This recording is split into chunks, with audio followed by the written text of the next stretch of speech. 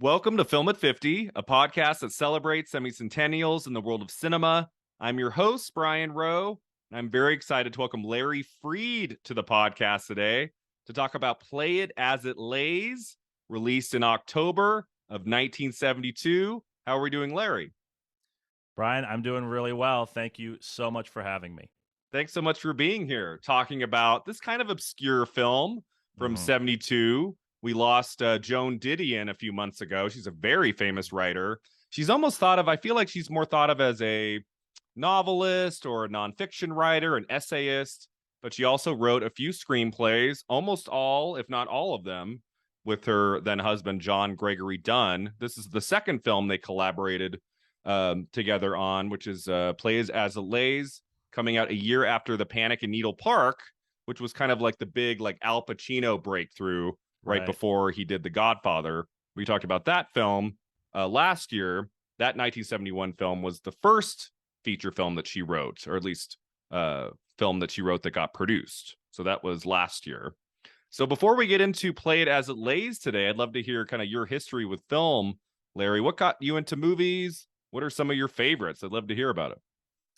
Yeah, it's not a particularly inspiring story, I would say. I from a very young age, I just liked going to the movies. It was always a big part of my life. I'd be watching movies a lot. I feel like when I was younger, I was watching a lot of television and I Mm-hmm. was watching a lot of films that would air on television. And that's really how I was exposed to a lot of the nostalgic films that Mm-hmm. were very big for me. And my parents had a VHS player and we would watch films on VHS. Mm-hmm. Aladdin on VHS got a lot of play. Yes. That would be one of my favorites for sure. Mm-hmm. um and then going into high school, I started getting into video production and creating films. I was always, from a very young age, I was very online and I was very Mm-hmm. much a part of, various communities. And one of those communities was a film subset of a forum that I was a part of.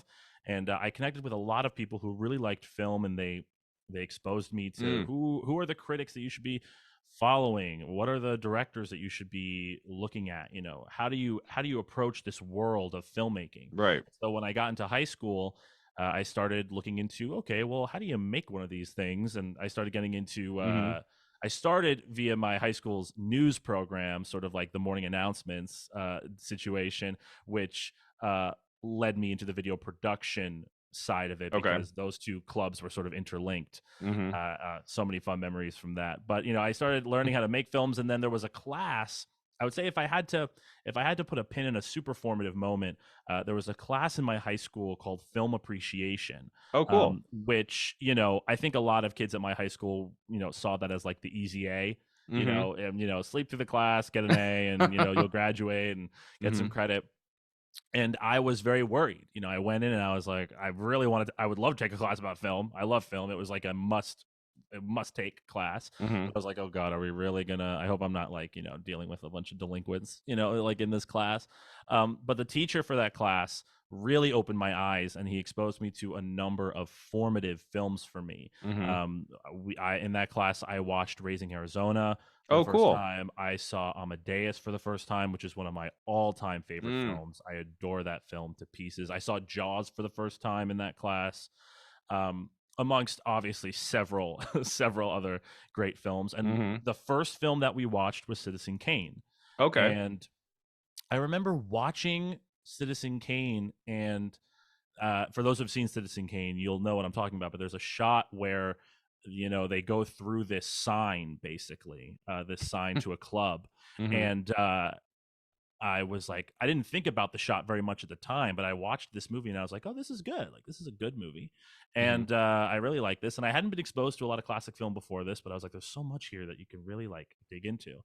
And my professor for that class went into the production aspects of it and was talking about all of the technological innovations that Mm-hmm. Citizen Kane was involved with. And I was like, oh, this is what I want to do.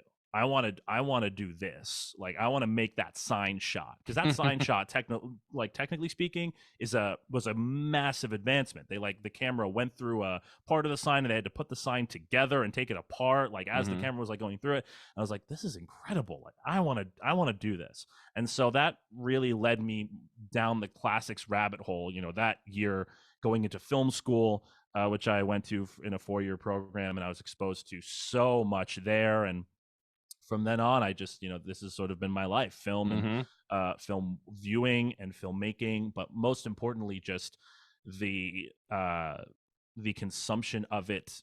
Just exposing myself to so much of it, and exposing myself to the art form. And it's really become sort of a language for me. Like people say like, oh, I'm learning Spanish or I'm learning French. It's like, well, I'm learning film. Like this is like how I speak now. Right. And it's a really, I have so many memories attached to it. And there's something about like the raw power of storytelling. Later in life when I really look back and I'm like, why is film like so big for me?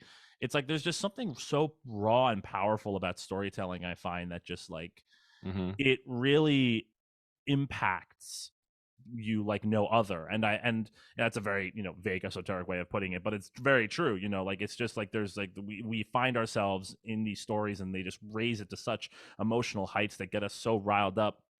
And I my family was an artistic one. My father was a musician, and he really exposed me to a lot of music when I was very young, and I got a very grand palette listening to the stuff he would play. But then he also really wanted to expose me and my siblings to theater, to dance. My sister did ballet briefly. There was a lot of art. There was a lot of artistic merit going around the house, and I exposed myself to a lot of different art. And film, just to me, felt like the best of every world. Like it was like you have the audio, you have the music and sound you can play with, you got the images, you can do you can like mess with like the vision, like what are people seeing, like Right. the camera lens really can manipulate the world in such an incredible way. Like there are things that a film camera can catch that the human eye could never catch. And that's why ultimately film, I planted my flag in film as a genre, because like it's like everything's here. And this kind of ties into the film that we're talking about a little bit today, because I love when I'm just watching a film and I'm being exposed to something that I never could in real life. And I feel like Play It As It Lays has a number of moments where I'm just watching it and I'm like, I've never seen anything like this before. Like this is really, really interesting. Yeah, kind of that voyeurism aspect to it, like for sure, looking at a relationship and looking at a couple of characters you wouldn't normally come in contact with, right? Yes, voyeuristic and in a bit of a detached way, less of a Anthony Perkins psycho eye through the wall way. Yeah. I feel like if we mention voyeurism and Anthony Perkins, someone who doesn't know what Play It As It Lays is might think it's a different kind of movie. This is a very quiet character drama. Yes, it honestly it is. It is very it's quiet most of the time. Most of the time. A couple of times where the audio spikes a little bit. We do get a character screaming at the end. So you get like a little nod to Psycho at the very end. And there are so many, and it's just very hard cuts. Like there are a number of times in this movie where they just hard cut to like there's a sequence in the film where the main character is shooting a gun, and it's just like the harshest sounding gun effect ever. Like, and it's multiple shots, and it just hard cuts to her shooting this gun. And there's a number of very fascinating sonic moments in this film, which is, but that's one of the cinematic elements of the film that I really like. So, but again, this is just something that film does that, no other medium can do. Oh, absolutely. So before we get into some of the like the trivia I have about the movie, like had you heard of this film before? Were you aware of Joan Didion's work, or maybe the lead actress Tuesday Weld? Any figures involved with the movie that you had some familiarity with? So I know who Joan Didion is. Okay. I have a vague understanding of the written world. I've taken some writing courses in college, and I've exposed myself to some of it, but but I have not read like a work of hers in full or anything. Or Okay. I'm not super familiar with the very details, but obviously the name Joan Didion is, an iconic name. Mm-hmm. Everybody who's even approached the written word knows who that is. Mm-hmm. Um, but obviously, I think the main connection for me in this film was Anthony Perkins, Right. who is the co-star of the film. Mm-hmm. Psycho. It's almost obligatory to mention that I've seen Psycho, and I really enjoy Psycho a lot. And I've seen a couple of other films with Anthony Perkins, and Mm-hmm. him as an actor has always kind of fascinated me on the side. Like I haven't seen that many of his films, but I'm vaguely familiar with like his reputation and the way that the Psycho franchise continued on with him. Right. And he never gives a bad performance from what I've seen. I've seen like Mm-hmm. 3 or 4 films. Well, actually 5 films now that I'm thinking about it. 5 films from him. Okay. And like every time I see those films, I'm like, okay, like this guy's bringing it. Like this guy really, you can tell that there's a sense of presence Right. in his Mm-hmm. roles that I really appreciate it. And especially in this film, we'll get deeper into it later, but especially with this film where it felt like um, not every performance fully resonated with me or was Mm-hmm. like really that captivating to me. He felt like a bit of a pillar. Right. Every scene that I saw Anthony Perkins, and I'm like, okay, this guy is like who I'm interested in. He's so effortlessly charming, oddly enough, in Yeah. this film, and he has that great monologue about finding the answer. Mm. I went out and I searched and I found the answer. What did I find? And he has that great monologue there, and so when I saw that Anthony Perkins was in this, I was like, okay, great. Let's like notch another one under the belt. Like let's see another film that this guy has done. And thankfully, I was not disappointed. Yeah. Did your film appreciation teacher show you Psycho? Do you remember? Oh I feel like man, I would did show that he? in high school to a group of kids. That gosh, I'd have I to hope ask he him. showed something Hitchcock in that if it was a year Oh, class. you know what it was? I'm I have to remember this lineup now. Psycho might have been there, but I Okay. I do distinctly remember North by Northwest. That Oh, was a okay. film that he showed, and that was pretty sure that was like my entry into Hitchcock, who's now like one of my favorite directors of all time. I'm a huge Hitchcock Yeah, he's fan. my favorite Hitchcock Yeah, for sure. he's just incredible. His films. Strangers on a Train changed me. Like Oh, watching that film so is good. just, oh my god, one of the greatest films of all time. Psycho obviously is an incredible film. Even Hmm. some of his earlier stuff like Lifeboat, like just like stuff like, oh man, it's like it it he I don't know, this isn't a Hitchcock podcast, but like the way that he honed It in could his be. performers the way that he honed in his performers was really an incredible sight, even Mhm. though he didn't always do it by the most ethical of means. But I think Right. that Anthony Perkins in Psycho is such a it's like it is cemented in film history, like this performance. Like Hmm. he is incredible in the film, and similarly to this film, he shows such a restraint Yes. that is really really fascinating to watch. And I think that maybe it's just like my exposure to memes on Twitter all the time, but it feels like a lot of the acting that people are the quickest to praise and or criticize are the biggest performances. At the time that we're recording this, and likely when this ends up going out as well, people are talking a lot about Austin Butler and Elvis, and that's a Right. performance that is very big. It's like a huge performance, and those are the ones that always gain the most traction. But Yeah. there is a subtle art in acting with restraint from Mm. from what I've seen.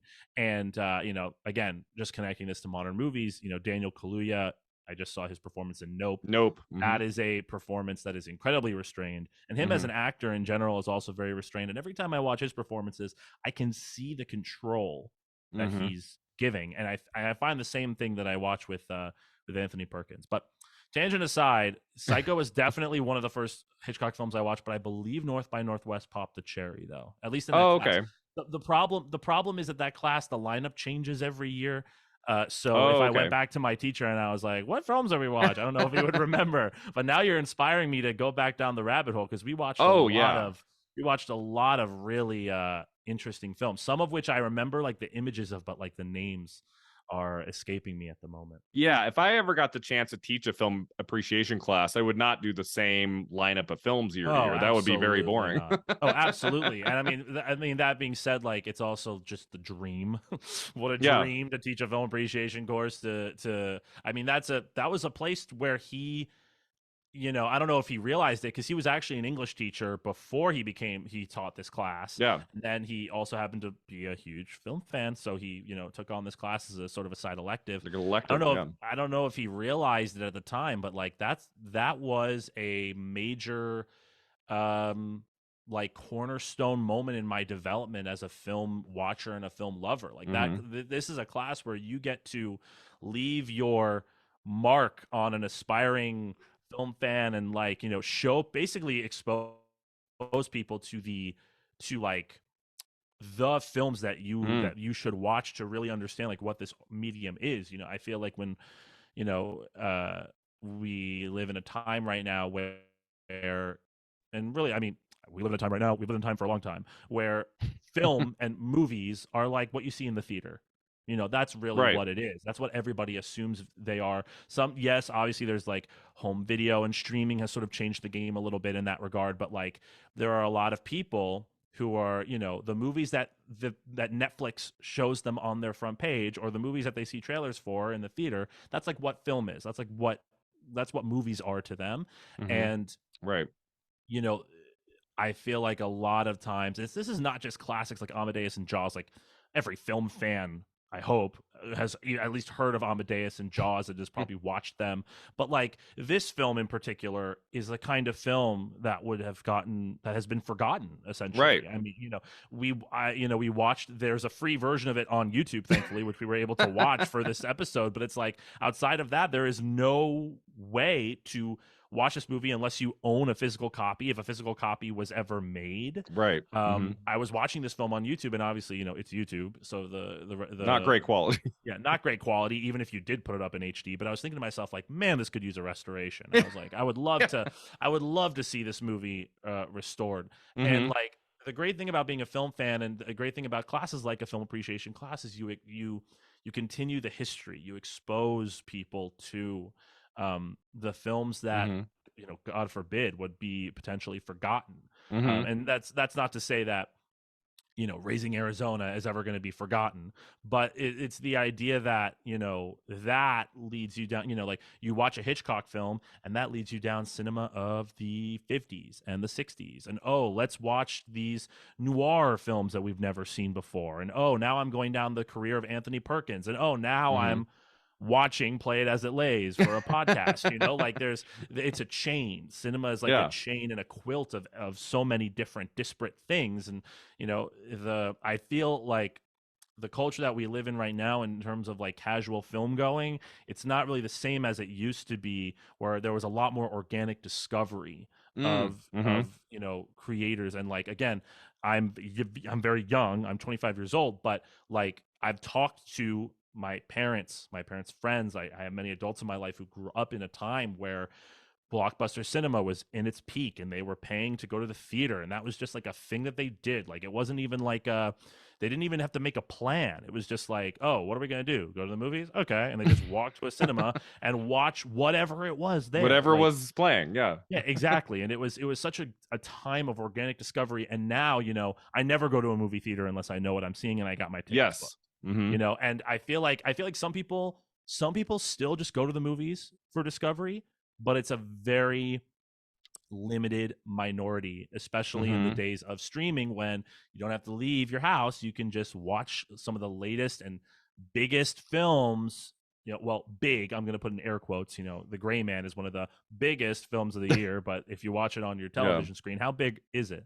But it's that's why I love being a part of this community, the film community online, and following various pundits and critics and all these things, because it really exposes you to a number of things that you would have never seen Hmm. had you not really put yourself out there and expose yourself to it. And I would say that this film definitely qualifies under Yeah. that. I mean, part of the reason I do this podcast is to see a lot of 70s cinema Yeah, that I'd yeah. otherwise never check out. I mean, film is really intimidating. I'm 37 and I watch Mm. almost every day I watch a film. And there's still like, decades worth of movies of all kinds of genres with all sorts of actors that I've never seen that I might never even get to. So there's just always this process of discovery.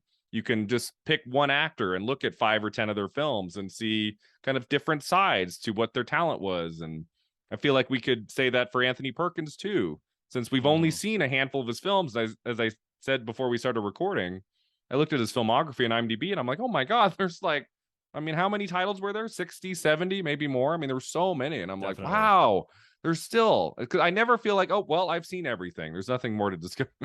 There's always more, Yeah, I from mean, you're never gonna see everywhere. every single movie. It's Yeah, never gonna I'm happen. And trying, but I it's mean, not gonna happen. just give it up now. I learned that a long time ago.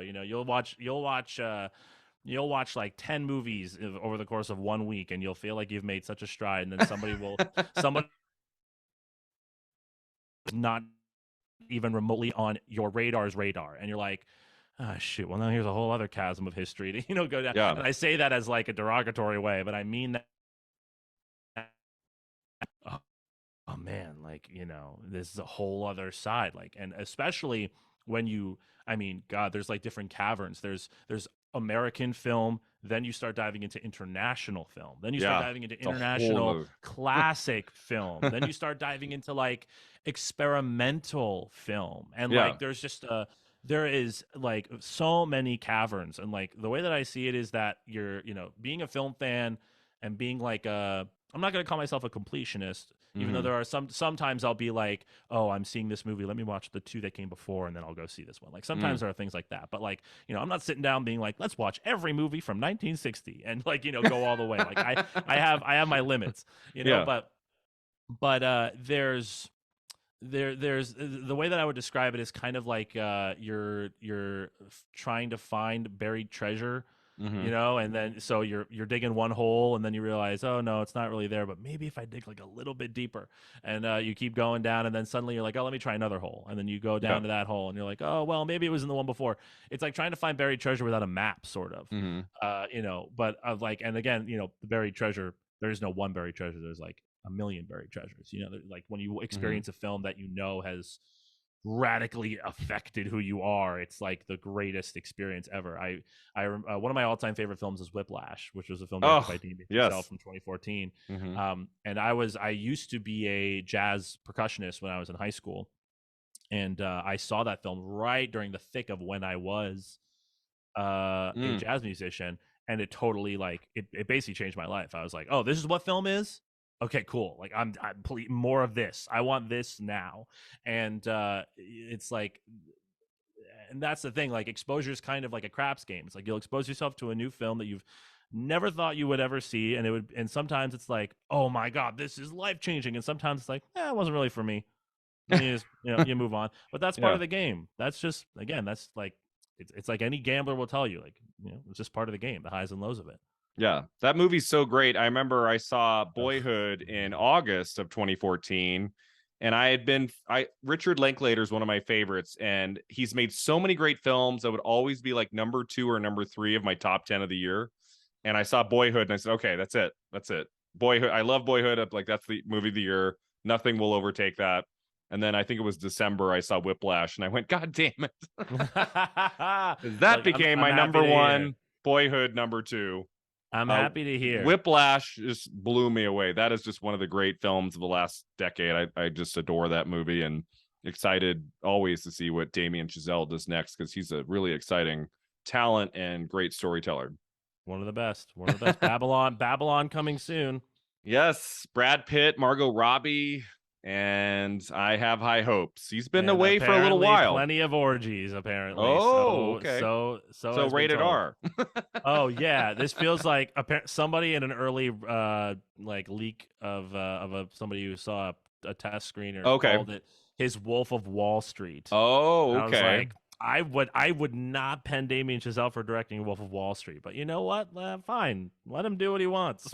Let the kid do what he wants. I'll pay to see it. You have to grow. You can't just do the same thing. You can't just do La La Land 2 again. He's got to mix it up. Yes, But yeah, he's one absolutely. of those guys. I think, he's got kind of a blank check right now, like to make a couple personal films and get those Mm, big actors in there. And so, yeah, I have high hopes for Babylon moving forward. But bringing it definitely. back from 2022 to 1972, we've got Play It As It Lays, which is about a Hollywood actress who undergoes a psychotic breakdown, recalls the traumatic events which led to her stay at a sanitarium. So it's one of those movies that's kind of like we start in the present. She's at the sanitarium. She's basically just kind of wandering the grounds. And then through voiceover, she's kind of telling us the story of how she came to be there. And we learn some details about her life. I love the detail. So I live in Reno, Nevada. And she says, like, I was born in Reno, Nevada. And then we had to move to like some little podunk town in Nevada, which had what, population 7 or something, because her 28, dad, I think it was. her yeah, or 28, her dad got kicked out of Reno. Yeah, I'm like, oh that my was gosh. very funny. That was kind of a neat kind of character detail towards the beginning of the film. And yeah, we kind of see her highs and lows, the relationships she has. She works in the industry. There are like screenwriter characters, director characters, producers, and Anthony Perkins is very much in her world. And so this was a film that was based on a 1970 novel by Joan Didion. So she's written all sorts of stuff. And I believe this is her only novel that she adapted to a movie. And I think in the 80s, her then husband, John Gregory Dunn, I think he wrote a novel called True Confessions that they together adapted into a film with Oh, Robert De okay. Niro and Robert Duvall in the early 80s. Right, of So course. that's one of their projects too. This was based on her novel, and the film was directed by John Perry. He's probably most known for directing "Mommy Dearest" with Faye Dunaway. Have you seen that movie? I have not, but it's on my Oh, list. It's on my list. very famous. I mean, infamous, maybe I should say. It's a movie that thankfully feud Betty and Joan, I felt like kind of rectified, because when we think of Joan Crawford, like 95% of people think Mommy Dearest, no wire hangers ever.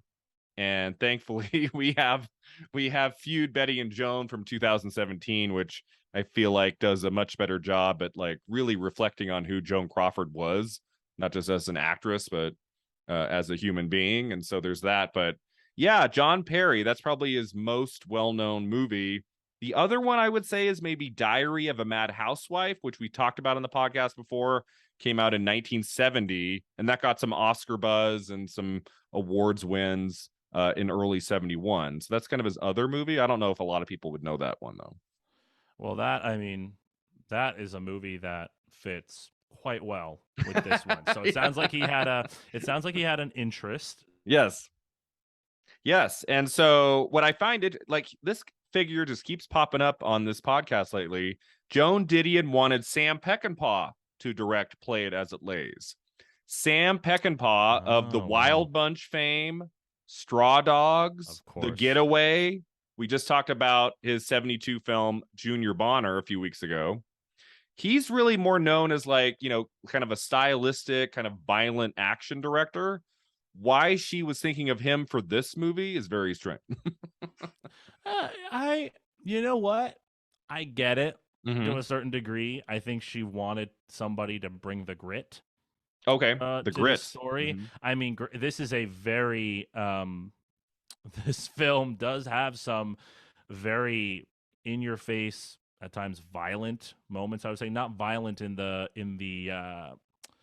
physical sense, but maybe Right, emotionally or mentally. right. So it Mm-hmm. would have been it certainly would have been an interesting diversion for Yeah. Peckinpah's traditional style. But I would not have said no.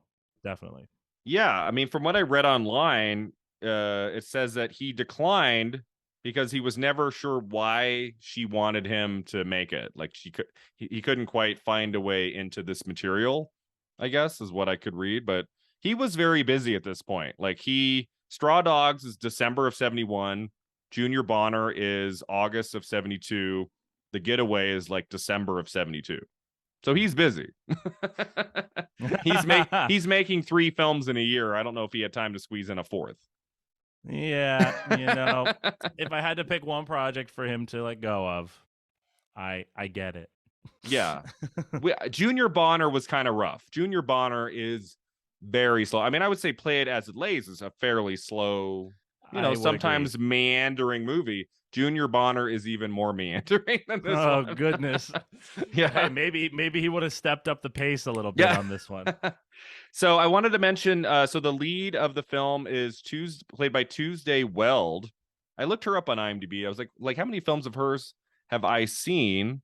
She made a lot of movies throughout the decade, starting with 1956's Rock, Rock, Rock is her first film. And she was making movies all the way to the early 2000s, so almost 50 years she was in films. She appeared in some classics like Once Upon a Time in America by Sergio Leone, Wow. Thief by Michael Mann, starring the late great Thief. James Caan, who just passed away a few weeks ago. She's also in Falling Down with Michael Douglas, which is a great thriller from the 90s. And she got 1 Oscar nomination in her long career for Best Supporting Actress for Looking for Mr. Goodbar from 1977. Kind of a drama slash thriller character study starring Diane Keaton. From the same year, she was in Annie Hall. Everyone kind of thinks of her that year as Annie Hall because she won the Oscar for Best Actress for Annie Hall. But she was also in this really terrific, not as well known drama from that year called Looking for Mr. Goodbar. I saw it once a long time ago. I'm trying to remember who Tuesday Weld was in it, but I have to take a look at that again. Maybe in 5 years for the podcast. Yeah, I don't know. I've seen Thief and I like Thief a Right. lot. And I'm trying to think like, did I miss her in this movie? Maybe I just didn't. Excuse me. Yeah, Maybe she's maybe I older. just didn't. Maybe I just didn't Yeah. make the connection. But I also did not. I didn't really look into her filmography. Obviously, Sergio Leone. Yeah. That's a great film. But I don't know. I gotta look back on those films, and I'm gonna find an image of her on Google from these movies and be like, oh, okay, well, how did you Yeah. miss that one? So, if there's a criticism I have about Play It As It Lays, I don't know if you felt the same way. I felt Tuesday Weld in this movie was a little stiff. Like I felt like her delivery of lines, her presence. You talked about presence with Anthony Perkins. And I Yeah. was trying while watching this last night. I'm like, is it the character she's playing that's giving me a little bit of that distance? Or is it her delivery? Something for me was off. It was like it was very chill, very laid back performance. And I was like, I wanted a little bit more drama coming from her throughout. I don't know. Was it the Ye- character or was it her? I don't know. yeah, you wanted more women on the verge of a nervous I didn't breakdown. need her screaming. But like, I mean, there's a lot of kind of scenes where she's just sitting there laid back talking. I Yeah. don't know. I felt like there Yeah. was something lacking there. A little bit. Yeah, I would agree to you to a certain extent. I think that my main criticism of the film, and I'm not gonna lie, I was not really vibing with it while I was watching it in the Mm-hmm. beginning. I Yeah. was like, well, not actually in the very very beginning. I was very interested because this movie, it is very cinematic in a lot of ways, which I really appreciated. But there and during earlier, and that is a word that I think is pretty apt. Mm-hmm. It is it feels a little bit like it doesn't. I respect a lot about what this movie is trying to convey. This Mm-hmm. is a story about a woman who is giving into nihilism. Basically, Mm-hmm. is the core have it all, um, who lost it all, basically over the course of a very short period of time. Mm-hmm. And I can't say that the film does not convey that story. Like, Mm-hmm. as the beats sort of go on, you do get a sense that this woman is just sort of losing grip with like where she is and the people in her life, and the people Mm-hmm. coming in and out of her life. And there's a very strong sense of tragedy in the film as well. But I don't think that the film lost a lot of its cinematic flavor for me as it Yeah. kept going. It sort of felt Mm-hmm. like we were just watching scene after scene after scene, and very few of them really hit. Mm-hmm. And I think that one issue with this is that the film is cinematically just a bit lacking. I mean, Flat. adapting a novel, yeah, a little bit. I mean, adapting a novel is hard. Right. This was a novel you said before Yeah, this became 1970 a film? novel that Joan Didion wrote. So she wrote the book first, it got Right. published in 70, and then she adapted it into a screenplay with her husband for the 72 movie. Right. So adapting any story from one medium to another is really difficult. Mm-hmm. And the main risk that you run with adapting any story from a previous medium to a new medium is every medium is different. Every medium Mm-hmm. has its strengths. Every medium has its weaknesses, except for film, which is perfect. And you have to ask yourself, does this story work as well in a medium that is so different, that is Right. playing to such complete different Mm-hmm. strengths? And the thing about and look, Joe Didion wrote the screenplay. I'm going to take that and sort of project it a bit into her writing. This is a very forward screenplay. It's a very the characters just very upfront. I immediately Mm-hmm. heard the C word dropped by Anthony Perkins in this movie, and I was like, That's okay, right. That was a surprise. that's where we are. And this is a movie that's just like no prisoners. There's really very little. There's like everybody's very self-interested in a certain way, and it feels like a lot of people are talking at each other, not with each other or to Mm-hmm. each other. And again, those are some of my favorite screenplays. I'm thinking about like a movie like Uncut Gems and the Safdie brothers. Like that's a movie where everybody's Oh, talking yes. to everybody's talking for themselves and not to each other. But the problem with this is that it's just the visual aspect of the film is not there. Film is a visual Visual medium, medium. and Mm-hmm. even though sound does play a huge role, there needs to be something visually there to really strike it. And Yeah. aside from a few sequences that are really strikingly edited, which I appreciated very much, outside of that, and in general, the edit for this movie is very like hard, a lot of hard cutting in this movie Yeah. outside of dialogue exchanges, which I appreciated as a detail to convey this disparate, the feeling of all these events feeling disparate and sort of Mm-hmm. just cutting very quick. But in terms of just like what we're seeing in terms of that style, there's very few moments to me where I felt like we were really taking full advantage of film and showing Yeah. this woman's breakdown in a meaningful way. Mm-hmm. We'll get to this later, but you asked me to think about movies and that I would recommend that are similar to this movie. Mm-hmm. And each movie I thought of, I just thought of these more viscerally visual ways in which Yeah. the breakdown Mm-hmm. um is being conveyed. And this is not, and look, I'm not going to tell a director to be something he's not, or he Mm-hmm. or she is not. But at the same time, you are kind of watching this, and at times it does feel like kind of, I've seen a lot of movies that are adapted from plays. Movies that were originally Yeah. plays turned into films, and it felt like it had a bit of that syndrome where it kind of just felt like people talking in a room, Yeah. and they didn't really know how to really make that very visually snappy. And I want to tie this into what you were saying about our lead actress here, is that I feel like she is accurately conveying this character as a character who's just very not here, just Mm-hmm.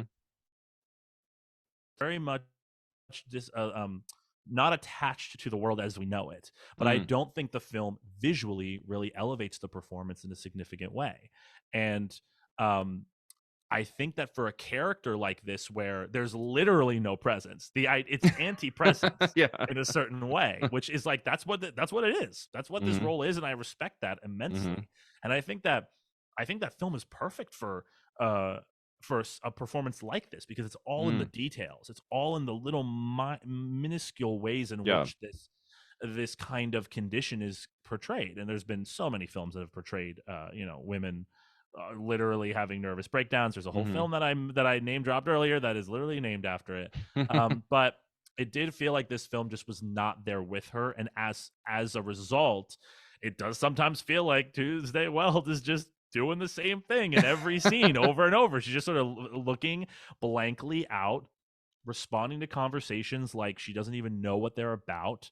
Obviously, there are scenes with Anthony Perkins's character that are different, Yeah. but there's just not enough there in the, if you're not going to really visually convey something super strongly, you got to have a super strong everything else. And it Yes. just doesn't Hmm. feel like you're really firing on all cylinders, which also sort of leads me to, if we want to talk a little about the writing Yeah. as well, it felt like, if maybe it's because they just knew the novel so well, but there are some moments of visual information that are just not conveyed for me in this film. Hmm. Like there are like, I looked up the book after I watched the movie because there were just some plot points I wasn't super clear on Hmm. while watching this. And again, something made in the 70s, when you look at images in the 70s, if you grew up during that period, you might recognize things that somebody in 2022 would not immediately recognize, which is Hmm. totally fair. Context is so, so, so important, and it can help you appreciate a film later on. But coming as somebody who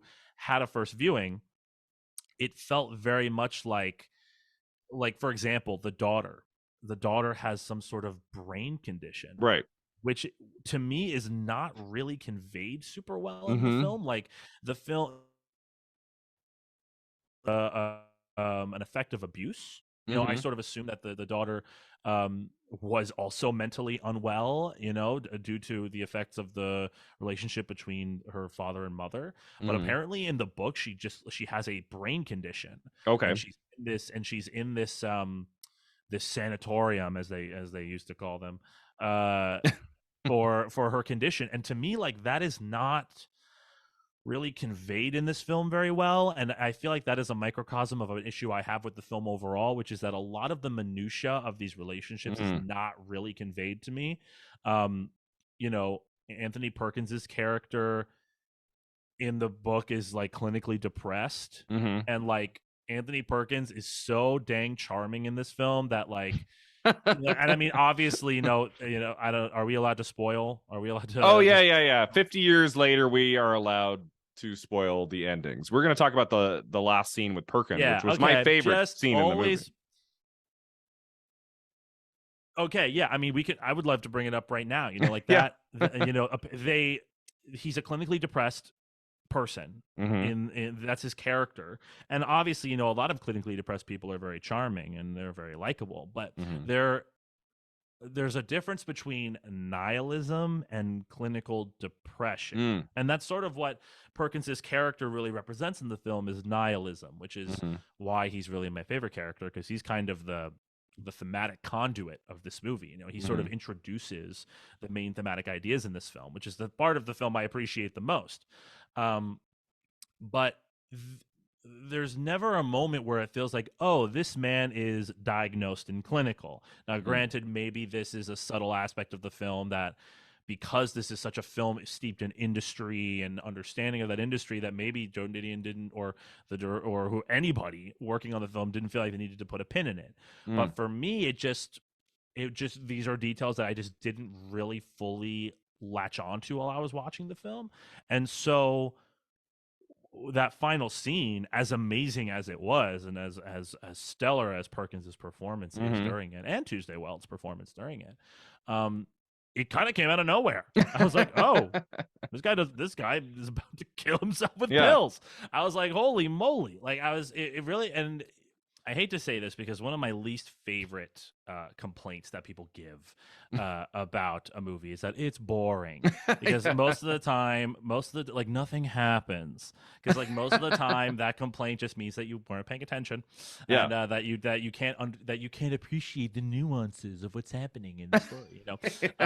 Which I've totally been on that high horse. I cannot Hmm. blame anybody for not being on it, but I do have to give an exception to the rule for this film, because in combination with the the lack of Visual a style. strong visual style, Mhm. which I just want to put a pin in the fact that it doesn't, you don't need a distinct visual style Right. in order to be a good filmmaker. That is not, I don't want to make that distinction, Hmm.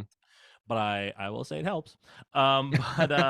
But you know, without a strong amount of visual storytelling happening, and with a script that I feel like just sort of is a little bit too detached and Hmm. is not very accessible, it Yeah. does feel like this is a film that um struggled to keep my attention. Hmm. And there were it sort of was a bit of a back and forth. It was like, oh, Hmm. you got me, and now I'm a little less interested. And I feel like that was ultimately my main complaint with the film, is that it just didn't really capture me as Hmm. much as I would have liked. Yeah, I feel like it doesn't need to, no movie has to have a visual style that you connect with every scene. But Hmm. I mean, like one of my favorite films I say all the time is Before Sunset by Richard Linklater. And that's a movie of two people talking for 80 minutes, and that's all that happens. Yeah, And exactly. it's just like, it's so compelling every moment. So it comes down to the script, and then it comes down to like, what is the director doing visually here? And I mean, part of it is the YouTube, and wasn't even widescreen. It was like cropped, right? That's But I'm true. watching Yeah. this last night. I'm like, if you were to tell me this was a TV movie, I'd believe you. Yeah, Like I had the outside of exact the same Universal feeling. logo, Yeah. we've talked about, I want to say 3 or 4 TV movies on here that I just wanted to see. And this looks kind of like a TV movie, like in the way Yeah. it's framed, the way it's shot, the kind of the darkness that in the night scenes. Like it doesn't Hmm. feel like a movie that played in the theater. It doesn't feel like it at all. So I'm like, well, that's Yeah. kind of weird. Like Steven Yeah. Spielberg's Duel, which is a TV movie, looked way more cinematic Yeah. than this stuff. Yeah, you know, it's So and it you know, it does really stink that we like have these like sort of visual signifiers of like, oh, this feels like it was made for television and this feels like it was made for films. You know, like, yeah. and that there has to be some sort of like ingrained elitism there that we'll have to dive into one of these days. Hmm. Both from everyone, all of us in the community, you know, but um yeah, it does absolutely feel like something that I would see made for television. I think there are Yeah. a number of factors that give into it. I think the lack of visual style for sure. I Hmm. think that the color correction on it, Yeah. it does seem to have this 70s yellowy filter over Very it. yellow. Yeah. Yeah, it reminds me a lot of certain films from the 70s, that even films that I love. You know, I think about certain moments in French Connection. I think Mm. about certain moments in oh goodness, I literally had the film right in my brain and I totally That happens all whatever. the time. There's a ton of I mean, it's Cassavetes. I was gonna say there's a number of Oh yeah. Cassavetes films that remind me of that. It also, again, I said it before, really in dire need of a restoration. It is not of the Hmm. highest quality. Maybe that was YouTube. Maybe that was just the film itself, the copy. But it did have this low quality, lack of texture in the grain that made me feel like it was for television Hmm. as well. A lot of television movies I feel like have that, just because of the fact that they're not properly preserved and restored Mm. in the same way that a Yeah, film it's would part be. of it. Yeah, and I also just again, it just felt like a lot of people talking. And again, there are so many great movies like that. My Dinner with Andre, literally Yes. of just a movie of people talking, but it's one of the greats, you know? Hmm. Like uh I just it had this quality that, as I said before, it reminded me of like a teleplay or something. Yeah. Even though I will grant it, it did have a number of cinematic moments that I did really appreciate. And you know, I've already highlighted a few of them. You Hmm. know, some of the sequences that were very erratically edited, I thought were very good. Mm. I actually really enjoyed some of the night scenes. I really love the night scene where her and her ex-husband, the film director, were Right. just lying next to each other. I obviously low quality, couldn't really make it out super well, but the that image alone there is really great. I thought that was a really great scene, and I really Hmm. appreciated that. And um you know, again, I do appreciate that Tuesday Weld is giving a performance that fits the part. I feel like if this was a play, I Hmm. feel like her performance, like A plus. Like that is exactly the kind of performance you give for this Oh, okay. character. Hmm. But I wouldn't say it works super well on film. Half, not even half, like 75%, because the camera's not on her enough. I felt like in a certain way, like maybe it just comes down to the fact that like the camera is not tuned enough to the very subtleties of what's going on with her character, and it Yeah. felt like it just meandered around a little bit too much, and the coverage was just a little too basic, and all She's of that stuff. yeah, she's very lovely, and I feel like in the right role. I'll mention it at the end. It's been a few years, but 4 years ago, I looked at a film that both Tuesday Weld and Anthony Perkins are in called Pretty Poison from 1968. Oh yeah, And yeah, my yeah. memory of that movie, it's been a while. My memory is that it's much more alive and kind of Mm. and not as talky as this one is. Has a little bit Well, a movie called more of a Pretty genre. Poison, you're gonna get that, Yeah. as opposed to a film called Play It As It Lays, which like still don't really understand what the title of this film means. If Oh, I'm gonna be totally I thought honest. about that too when it was over. I'm like, play it as it lays. That I don't know what to make of the title for this Again, movie. not a super accessible film, just generally speaking. I'm Yeah. sure Didion fans head over. It's very much. It feels like a film based on what I vaguely know about Joan Didion. Feels like a Didion film through and through, like a great adaptation of her Mm. work. There's not necessarily a great film though. Like it's Yeah, I different just feel strokes. like if you were to look at one of her first two films, I think Panic in Needle Park is better. It's not it's kind Mm. of like Played as It Lays, and it's not super cinematic, has kind of a gritty feel to it, but has like Al Pacino in the lead role, and he's so fresh and being like kind of dangerous and unpredictable. You don't know what he's going to do next or say next, and at any moment he can turn. And there's never a dull moment in Panic in Needle Park. It's just like it's mainly just about a relationship between two people and kind of their ups and downs. And but it's like fascinating, and they go to some really dark places in the last act. And whereas I feel like Played as It Lays, it needed a little bit more of that. Again, I didn't need her having a mental breakdown every 10 minutes and screaming and all Yeah, that stuff. We don't need that, but it was very leisurely. Like, okay, come on, movie. definitely, And definitely, and it's sluggish. I love Joan Didion. I wonder if the movie be better if someone not affiliated with the novel had adapted it. Maybe there could have been a little bit more done with the movie at a screenplay level just to Mm, give it a little bit more freshness. I don't know. Maybe right. he was too tied to the material. I could see that, like, if I wrote a book and it came out and had some good press and then I was hired to adapt it, I wouldn't want to change anything. I'd want to keep it kind of Of the course, same. right. And that is usually never the best way to do it for a movie. As you said before, movies totally different. So I feel like a different screenwriter might have helped, but I don't know. There's such little going on in the story. I'm like, what would another figure bring to it that would make it feel more alive? I'm not really sure. But I should say Yeah. some people liked it. The great Roger Ebert gave this Right, movie I did four read about this. stars. I did read about this. I was He- this you guy, gotta look at my face when I see that the great Roger Ebert gives a film that you didn't really vibe with a 4 stars. It's his a very bizarre moment. he started film criticism for Chicago Sun Times in 1967. So basically, since I've started this Mm, podcast 2 years ago, his fingerprints are on almost every movie I talk about. And there are some like really bizarre takes that he had back in the early 70s, like movies that are just clearly not that great that he would give 4 stars to.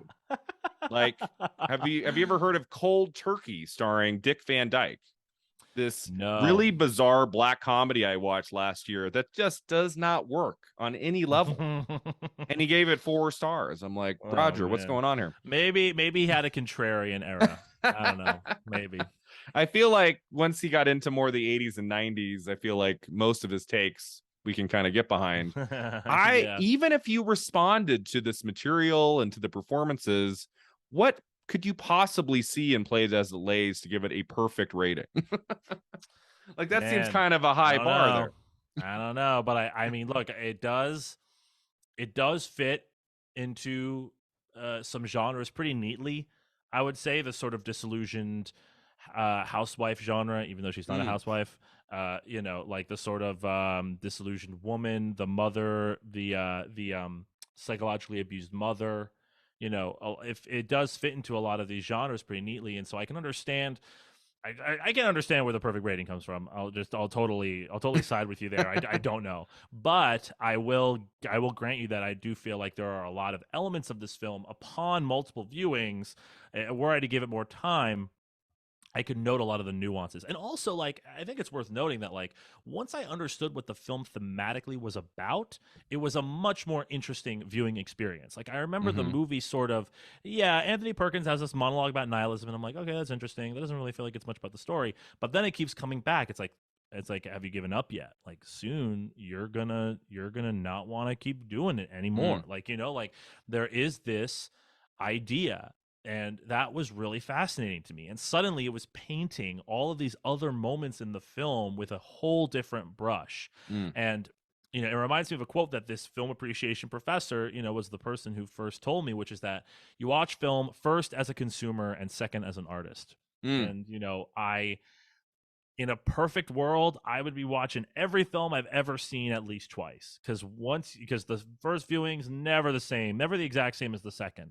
Hmm. And I feel like with more viewings, I could come to appreciate this film more. But Yeah. I think because it's not accessible on a first viewing, it it does lack something. But that theme of nihilism, I could see how somebody anchors onto that and then watches the rest of the film. And they're like, oh, this is a great portrait of what happens to somebody as they slowly Hmm. give into the brain rot, so to Yeah. speak.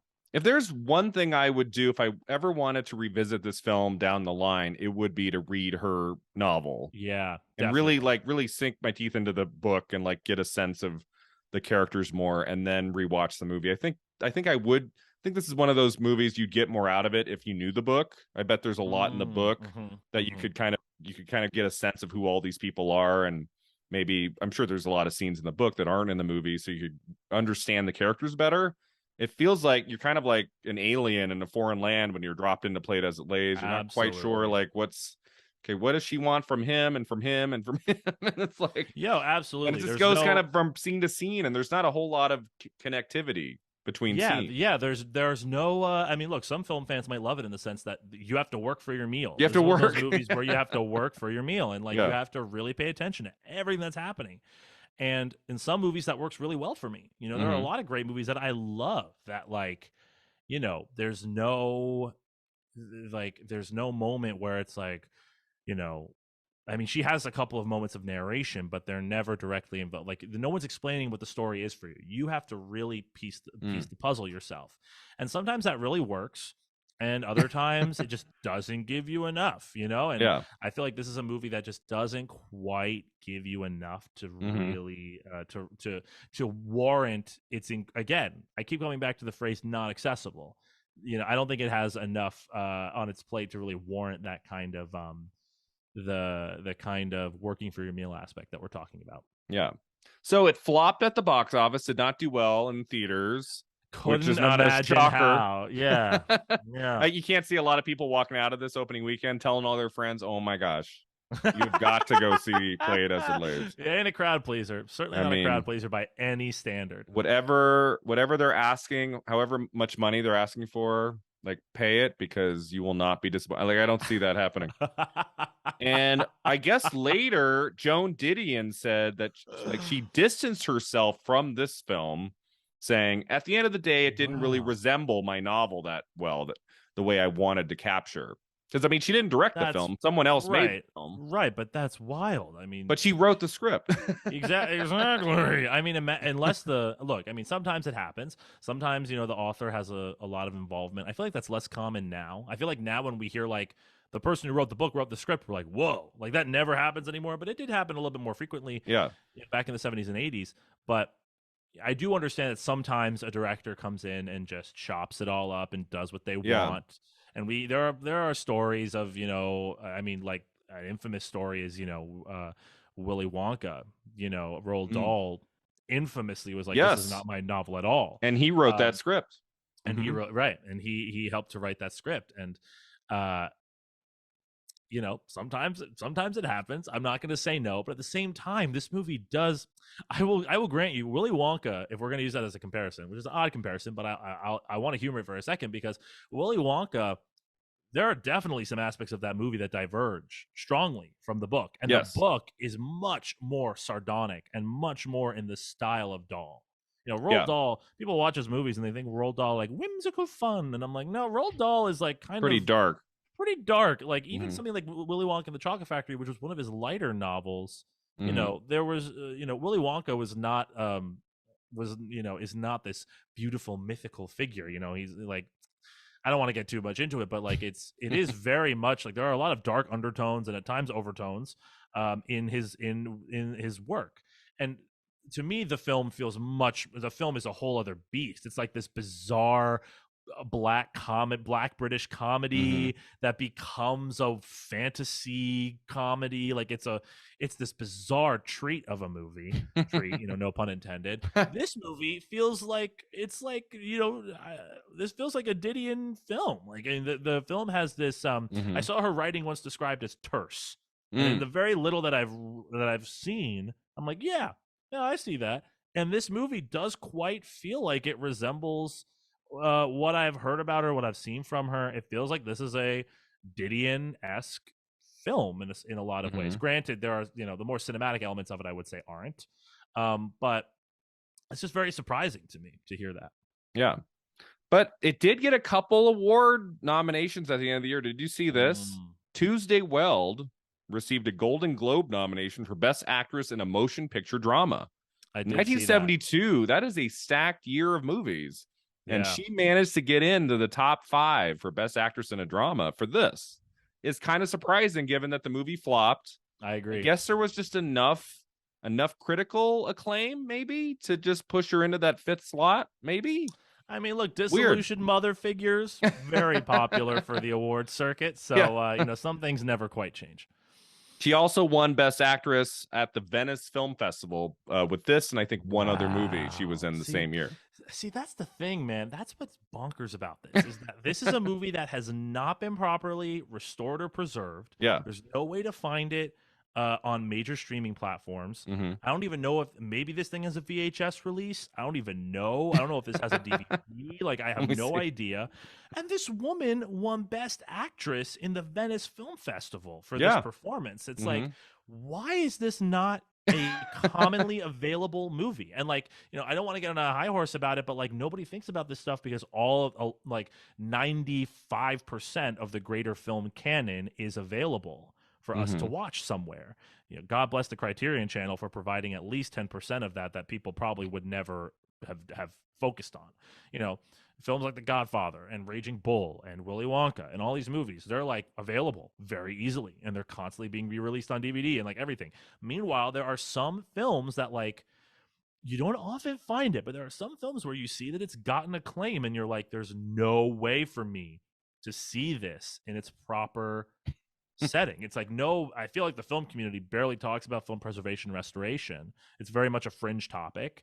And this is a kind of movie I think that's like, it's a good conversation starter to think about like what happens to these movies. Yeah. So I just went on eBay and I typed in Played as It Lays DVD. There's nothing. I typed in Played Wow. as It Lays VHS. There's nothing on eBay. Wow. So I don't know if that means that it wasn't Well, released on either one, thank the but it's kind not. soul that uploaded this movie on So YouTube then. where If did that's it like? How did it get on YouTube? Like, where'd that come from? I have no idea. And now I'm want to message this person on YouTube. It's like, how did you get How did you this get it? film? Did you literally digitize your personal film roll? Like what happened? Maybe it's like a European release. Maybe it was released on DVD or VHS in Europe, like in Europe or something. Very I mean, possible. I Yeah. feel like any movie that gets one major nomination that has Tuesday Weld and Anthony Perkins, 2 Oscar-nominated actors, written by Joan Didion, who's very famous. Yeah. I don't know Yeah. how this one is just how it disappears like that. It's weird. Man, you're telling me. No idea. No clue. Yeah, so those are all my pieces of trivia about the movie. Did you have anything else you wanted to share about this one before we move to the final 2 segments? I feel like we've kind of touched on it. I mean, I Yeah. was like, are there any scenes in the I mean, really that last scene with Anthony Perkins I felt was kind of haunting. Like they have that Yeah. Great scene. conversation. It's kind of subtle, and he sits at the edge of the bed and takes all those pills, and then he rests his head on her lap, on her knee, and she just kind of strokes his hair, and she knows what he's doing. Oh, 100%. But she chooses not to call 911 or try to save him. She just lets him basically go to sleep and die. And Yeah. I found that scene very moving. And Yeah. even though, as you said before, we could have had that moment set up a little better, develop the Perkins character a Hmm. little Hmm. better, because there are portions of the movie he's not in very much. Like I did Right. like the way that that was shot and that was staged and acted. I thought that was a nice, and that's really the last major scene. I thought that worked pretty well. Yeah, I would agree, and I think something that I'm thinking about just now that makes that scene really special is that it sort of it talks about another theme in this movie, which is about agency, which is Mm-hmm. when you're a woman and you've gone through this tragic moment and you're now labeled a mental patient. Like, how much agency do you have? Mm. And to me, that final scene felt like a moment where she allowed Anthony Perkins's character that Mm. agency to do what he wanted to do, because if she were to call 911 or something or get him help or Mm-hmm. something, it would be, in her eyes, it would be as bad as all of the people who are trying to control her and Yeah. her decisions. And it felt like a beautiful little moment. And it's one of the few moments in the film that I felt like the themes just really, like, they click really, really well in that scene. Mm-hmm. I mean, there are a couple of other like moments in the film that I enjoy. I do love that one scene where she's on the highway and the police officer stops her, and it's like, Mm. oh, why are you on the highway? And it's like, it just felt like, somebody felt like you had a direction you wanted to go into, and they were giving you the opportunity to find that direction. I was like, I really like that idea. And that also fits really well into the themes of the film, which is this idea of like, is my life something greater? Like, do I still have a reason to be on this earth? To like, Mm. I have a daughter. She's been taken away from me. My ex-husband thinks I'm a literal, like, I mean, I was a mental patient, but he still thinks I'm a mental patient. I have these flings with all these men, and it means nothing. What's left? Is there still a direction for me to go? Mm-hmm. And so that was something that I really enjoyed. And again, Yeah. like, there are moments throughout this film that I felt like, okay, here's where the cinematic images are. And then we get to a scene where it's just like, oh, you're coming to Vegas? Let's go to Vegas. It's like, oh, the coverage we got was so good. I was like, Yeah. guys, it's so ironic they're talking about getting good coverage. Meanwhile, I'm watching the coverage that they're getting, and I'm like, I don't know. This is not such great coverage. You Yeah, should have gotten good coverage not here. a great like Hollywood movie either. Like I love movies about the ins and outs of Hollywood Of and course. directors and actors. You know, I'm gonna talk about one called Sunset Boulevard very shortly. And I feel like Yes. this movie doesn't really capture that aspect very well. Even some lesser Hollywood films I've seen will have some moments that really kind of bring you into that world. And I felt like that was also kind of at a distance here too. Like it just Hmm. kind of felt like the jobs that everyone had could have been anything. you know? Yeah, no, I agree. I do agree with that. And I mean, there's very little of the actual industry here. Like, it's such a Yeah. character study that, like, they're on a film set, and there's not a lot there that they're looking at. Oh goodness, Hmm. that just reminded me of that scene where she shoots the gun on the film set. Oh right. It got, it just like, I was like, wow, this is surprisingly relevant given the whole Alec Baldwin and Russ Oh situation. gosh. Yeah, yeah. I was like, oh my goodness, like, she's firing the live ammunition on set. Hmm. That was another moment that I actually really liked. Again, a moment of again, agency. This idea of like Mm. getting to do what she wants to do. Um, but yeah, it is very vaguely industry, which, for some Mm. people that actually might like it, because like there are some movies like, Once Upon a Time in Hollywood, where people are like, oh, it's so much about Hollywood. I'm sick of movies about Hollywood. There are a lot of people who are like that. No shame to those people. I get it. It can get indulgent. Not every movie about Hollywood is a good one. But this movie to me felt like it was a movie about, it was about the industry, but it very much was not trying to make really, it didn't really feel like it was making that much of a commentary on it. It felt like it was about so many other things. Oh, absolutely. Yeah. The last thing I'd say about it, sometimes we talk at the end before we get to the final two segments, like if someone made this movie today, like how would it be different? Would it be better? Would it be worse? Oftentimes I think just let it lay. Let it lie. And don't touch it. Don't Lay it as it plays. lay it as it plays. But I feel like if a really talented female writer director were to adapt the book today, Mm-hmm. and I think like something could be done with this. If someone today, a really talented figure, I think it should be a woman writing and directing the movie with their own like directorial stamp and their own personal vision. and took Joan Didion's words and the basic premise of the book and made it now, I feel like it'd be a better movie. I think there could be a lot of interesting things done with it. And it wouldn't even have to be like a straight adaptation. It could just take some of the core ideas and then just really dive into it and really explore these characters and get just an absolute crazy talented leading lady today. I think Sure. played Yeah. as Lays, I think this could be a remake that's much better than the original. I mean, imagine if like someone like an Amy Adams, stepped into this role. Yeah. It would be it's prime Oscar material, prime Yeah. awards material. I don't know who would be Anthony Perkins because I think Anthony Perkins is perfect in this movie. Get Andrew Garfield. The guy looks just like him. Oh man, that's actually great casting. I feel like I didn't give enough praise to Anthony Perkins in this movie. I feel like he is like the standout aspect of this movie and really gives the movie the weight that it deserves. So that to me is the harder role to cast because I would you're talking about like doing an adaptation because it felt like we didn't achieve something here that we could have achieved. Anthony Perkins achieved it. Like, he did his part. So I agree though, Andrew Garfield definitely would be. I mean, I love him. I love Andrew Garfield. So I'm not gonna. I don't think I could come up with a better pick. Here's my pick. It's Greta Gerwig, writes and directs it after she does Barbie, man. and Saoirse Ronan. Saoirse Ronan plays the lead. Saoirse Ronan.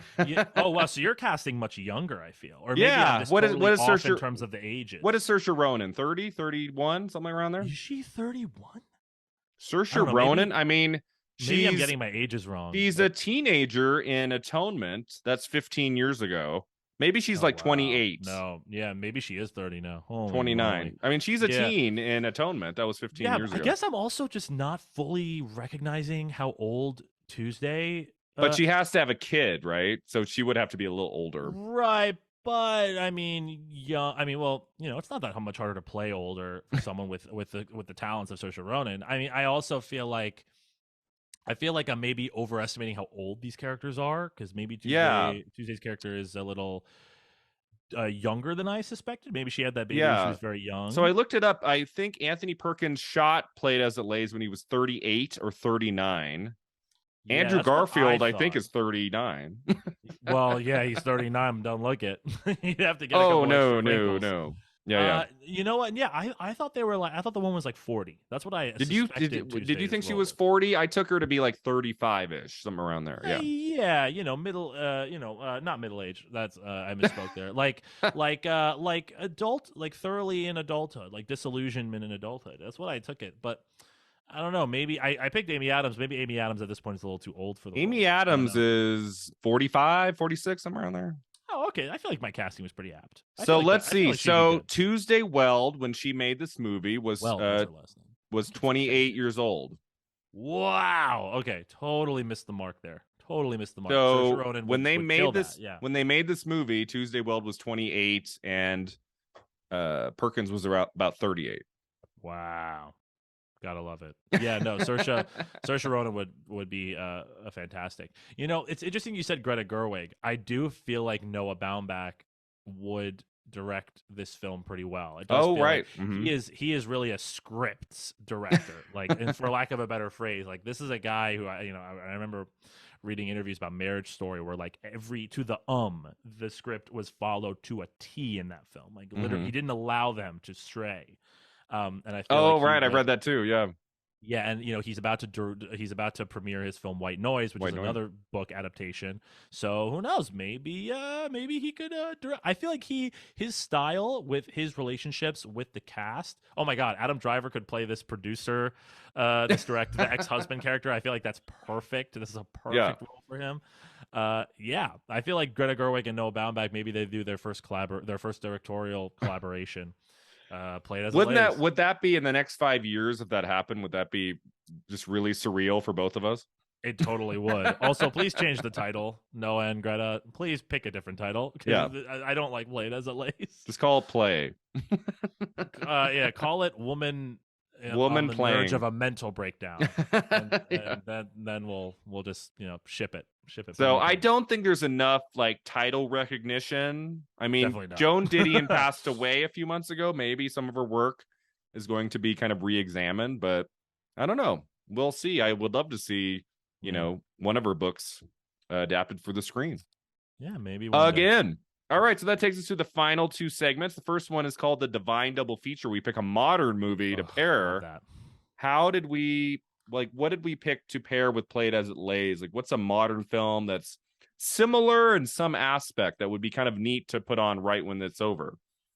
So, first of all, it's very interesting that you have this segment because on my show we also have a segment where we think about what film would make for a good double feature. Oh, okay, So cool. it's interesting that we're doing this now too. For people without context, Brian is going. I also have a podcast, and Brian has agreed to be on my podcast. We're going to talk about Sunset Boulevard. That's coming later. I'll plug that at the end. But this was a very difficult one to think of a really juicy double feature. Unfortunately, I just kept thinking of other '70s movies and like Yeah. other classic films that I feel like would do well. But I did feel challenged to come up with something. I came up with a couple of ideas, but the one I came up with two for two distinctly different reasons. One that I thought about was Gone Girl. As like a Oh, okay. modern, like for a modern film that would fit well in terms of the character theme similarities, because Mm-hmm. much like this film, Gone Girl is also a film about agency, and it's Mm-hmm. about a story about a woman who is painted in a very specific light via the media and via her relationship with her husband. And she, spoiler for Gone Girl, but halfway through the movie, she really takes over the film and it becomes very Yeah. much more so a film about her. And granted, the one thing that I shied away from is like, Gone Girl is more about Ben Affleck than this movie is about the ex-husband. Mm-hmm. But Rosamund Pike is a force. Rosamund Pike, excuse me, is a force, and So she's good. amazing in the film, and it felt like they would match well purely in terms of like the character similarities. And it's also a straightforward drama, which this film also is. The other film that I thought of, and this is a bit of a farther reach, but it was one that I really thought of. I sort of thought it as the inverse of this film because this film I felt like struggled to adapt from a source material. And I thought about a film that I've seen recently that I think remarkably adapted to a new medium, which is a film called The Humans. Oh, okay. Um, I've heard of that's that. Stephen Karam, I think, is the name of the director. Okay. The Um, Humans. yeah, it's he. So basically, for just some context, uh, The Humans was a play that Mm-hmm. premiered in New York, and it was off Broadway. Then I believe it was off Broadway. Then it went to Broadway. Massively successful play. I think it won. Did it win the Pulitzer that year for drama? It might have. I can't Mm-hmm. fully remember the stats, but that was a beloved New York play, and it was announced they were going to adapt it into a film. And I believe Stephen Karam is the name of the director.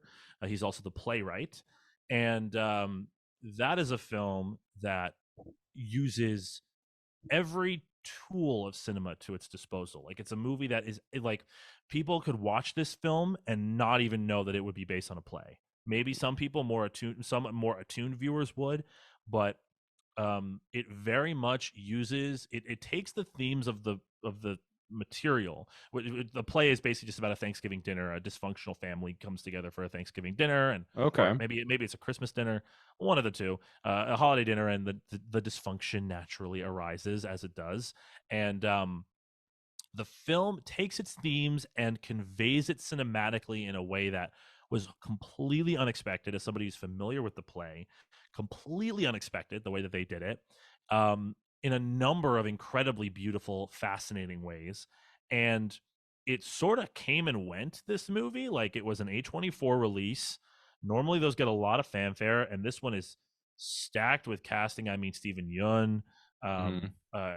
Amy Schumer, Beanie Feldstein, like oh goodness, what's his June name? Squibb. I just pulled it up. Yes, June Squibb, This looks great. Richard Jenkins, uh, is an incredibly seasoned cast. Mm-hmm. Um, it just sort of came and went. I don't really understand why. It wasn't one of my favorite films of the year or anything. I felt like it lacked in some other areas, but it's in a way, it's like, you watch this film and you feel like you can't adapt books or plays very well or something. Watch something like The Humans, where you can Mm, see the way that they adapt a source material in a way that is thoroughly cinematic, in a way like you can't keep your eyes off of how cinematic it is. that's But cool. in terms of like the actual themes, Gone Girl was the one that resonated with me the most. Okay. Yeah, I love Gone Girl. That was another one of my favorite films of 2014. What a great year for Ugh, movies that was. what a stacked Whiplash and year. Boyhood and Gone Yeah. Girl and Nightcrawler with Gyllenhaal. I love that one too. Really, Oh my really good year. goodness, one of the best. Oh my God, there are so many. X-Men: Days of Future Mm, Past came out that year. That was a fantastic film that yeah. year. Ugh. Foxcatcher's really good. Like really some good stuff that year. Foxcatcher, Grand Budapest Hotel, Wes Hmm. Anderson, Yeah. her, Spike Jonze, ridiculously stacked year, ridiculous. So The Humans, I have never heard of this movie. Came out in the end of Wow. 2021. What a Yeah. cast. How have I never heard of it? Like it just It was came in and the went. festival. Yeah, I think it made its premiere at at TIFF that year, and Okay. Just kind of floundered flew a bit. by. It was so bizarre. It was like in the festival circuit, and then I think what happened was it opened in theaters very shortly after it came out in festivals, Okay. and I don't think the box office was particularly huge. I think, hey, look, not every A24 movie hits. Under the Silver Lake was completely forgotten about, and that movie Mhm. slaps. So, not every not every single one could be a hit, but I thoroughly recommend it to people. I think it's a fascinating film, and of course, very, very well performed. Not everyone was rushing to the theater during the pandemic to see a play adaptation. Yeah, People yeah. talking at Look, a dinner table. some. I mean, I will admit, it's not a play that's like in the great canon. It's not like Virginia Woolf. I Right. do feel like it is a bit of a New Yorker I'm gonna watch play. it. It's on Showtime, it says right here. I have Beautiful. Showtime. Beautiful. Yeah, it is a play that is like, I feel like people outside of New York may not be familiar with it. It's Hmm. not a worldwide sensation or something. So staking a bet in a movie version was maybe not, it wasn't going to have the most cultural play, but Hmm. I was very excited for it. I'm a fan of the play, and I did think the movie was an incredibly fascinating case study in how an artist who wrote the play and directed the film Hmm. totally reinvented his own work for a new Oh, medium. And cool. I think that people need to look at it, because I feel like a lot of Yeah. times when people hear like, oh, they're adapting it's like, oh, how many more musicals are we making movies? How many more plays are we making movies? How many more books are we making movies? Adaptation is something that, this is a whole high horse I could get into on another podcast, but adaptation to me is a fascinating subject. And I feel like, and this is coming from somebody who used to be fully deep in the hate for it, I feel like I have realigned my thoughts on it, and I feel like it gets a bit of a bad rap these days. I feel like adaptation is an incredibly skillful art form, Mm. and there are very few people who really can do it very, very well. And I do think, and when I watched The Humans, it felt like felt like I was discovering something brand, like, something that no one had ever heard of. I was like, That's awesome. whoa. Yeah, it was. I definitely would recommend it. So it got one major nomination. It got a Best Cinematography nomination at the Film Independent Spirit Award. If that doesn't of, tell you why this adaptation is so good, I don't know what else will. of all the nominations that this movie could get, that's not one I would have expected. That's fantastic. Yeah, well, I mean, look, again, visually, this film is just very, very well done. Cool. I'll check it out. So I went with the sanitarium aspect. I mean, if another Mm, criticism of Played as a Lays is you don't really get a sense of that place. I don't know if you're supposed to. I don't know if we need 10 minutes of the movie of her right. actually in the building. But she's Right. just kind of, I mean, it's just sometimes it looks like she's just having a nice Sunday stroll. She's like walking around, and some nice shots of the camera kind of like zooming in on her back as she walks down. It's like, okay, she's at a sanitarium. So I went with a great movie where kind of like a mental hospital with terrific female characters. It's not super new, but I went with Girl Interrupted from 1999. Oh, The kind of like classic film. Yeah, transition yeah. from the idea that Tuesday Weld's character Maria is at the sanitarium to a movie that will really dig into that setting with just Yeah. one of the most astonishing female ensembles going beyond Winona Yeah, Ryder yeah, yeah, and yeah. Angelina Jolie in her Oscar-winning role. I love her in that movie. But you have Brittany Murphy and so many excellent performers. Whoopi Goldberg's in the movie. You got so many great adult actors in it. Like, well, not, I mean, they're all adult, but like older adult actors in it. And 1999 is often considered one of the great years of movies. And I don't Yeah. feel like Girl Yeah. Interrupted is mentioned as Definitely not. often as it should, No. because I saw that in the theater when I was in high school and I really took to it. And I've been a lifelong fan of Winona Ryder, and I think it's one of her great She's performances. great. Yeah. And I feel like we don't get to the Angelina Jolie Oscar win for that without Winona Ryder and what she brings to that movie too. So it's on Mhm. HBO Max. If you haven't seen it in a while or never seen it before, I think a cool double feature idea would be Played as It Lays, followed by Girl Interrupted from 1999. Great film. I agree. Great ensemble cast. I mean, absolutely keeps in the themes of mental illness and mental Mm, health, and what that, and also there are also themes in there about agency. So many stories about yeah. women, unfortunately, are really about agency, and like how much agency do we have or do we not have, and Hmm. that is absolutely a movie that touches on those themes as well. That's definitely a good pick, and I And I agree. I haven't I seen it in a agree. while. I'd Yeah, like to I watch it agree that again. it's not brought up in the 1999 discussion because there are just so many films. I There's mean, like 20 other movies you can talk about. when you come out with The Matrix and Fight Club in the same year, for every other film, it's over. It's over. Yeah. But yeah, no, There's a book that came out in the last 5 years. I think it's called like 1999 Best Movie Year Ever. And it's like a 400-page book that just goes into all the great yeah, movies that came out in that one year with story like behind the scenes stories and blah blah blah. And it's a great read. I highly recommend it. I don't remember if Girl Interrupted is in it.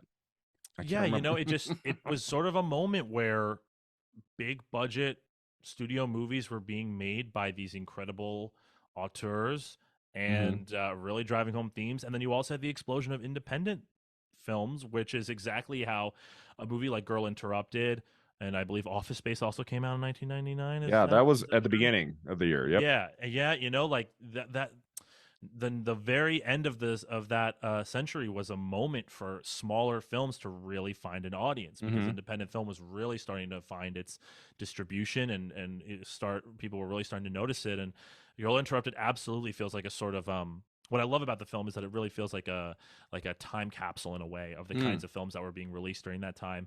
And I really do love the micro stories. A lot of my all-time favorite films, especially in the last several years, have been films that are just so focused on those characters. I've Yeah.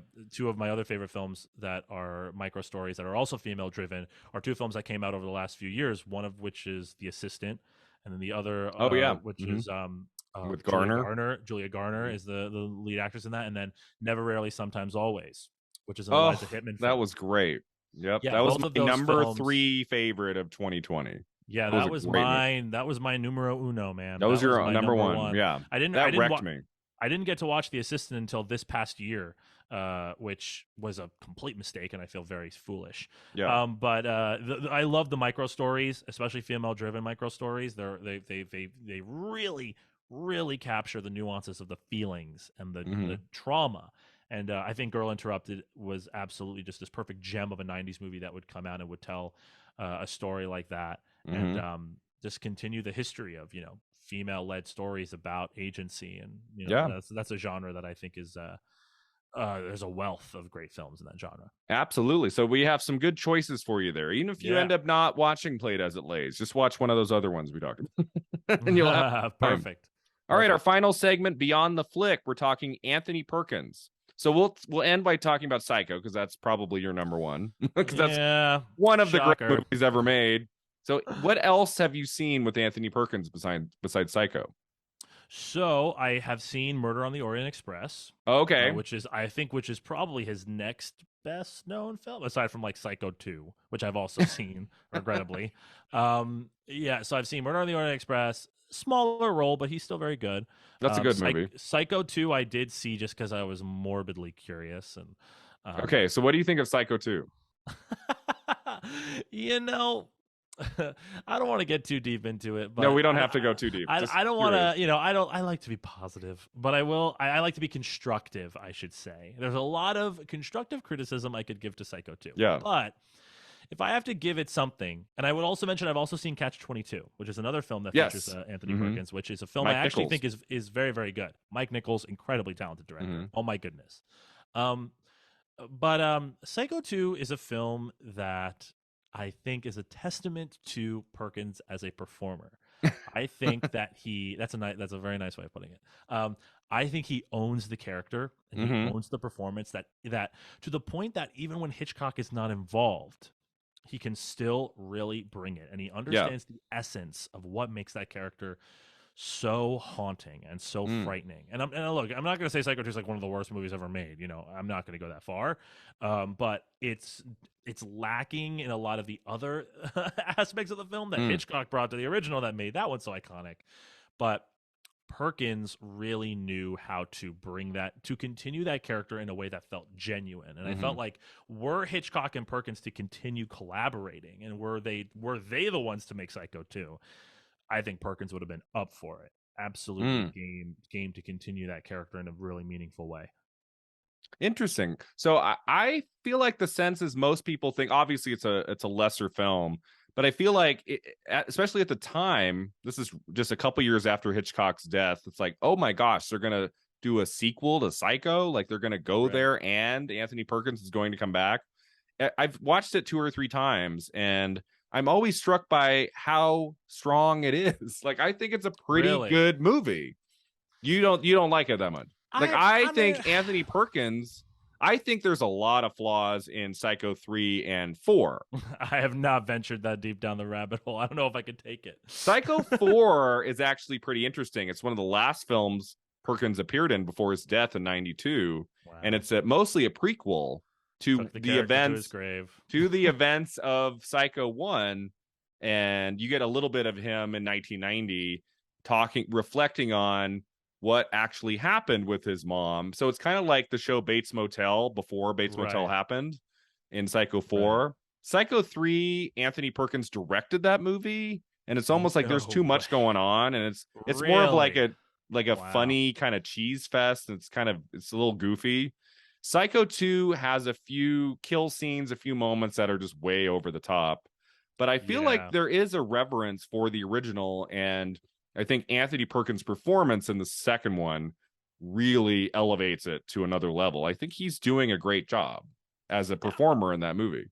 I would agree. There's some great scenes. I think he's bringing it. I agree that it's just way over the top. And one of the things about Psycho, one of the things about Psycho that really makes it teeter the line, in terms of classic, which is why I personally, while I enjoy the film greatly, I would not put it in like my personal top 50 or maybe even top 100, like personally. Oh, for Psycho? I would say, like, again, I want to put out that I've never quantified a 50 or 100 greatest films of all time. The Mm-hmm. task is like monumental, and like I don't think I could physically eventually I don't think I could physically distinguish 99 from 98.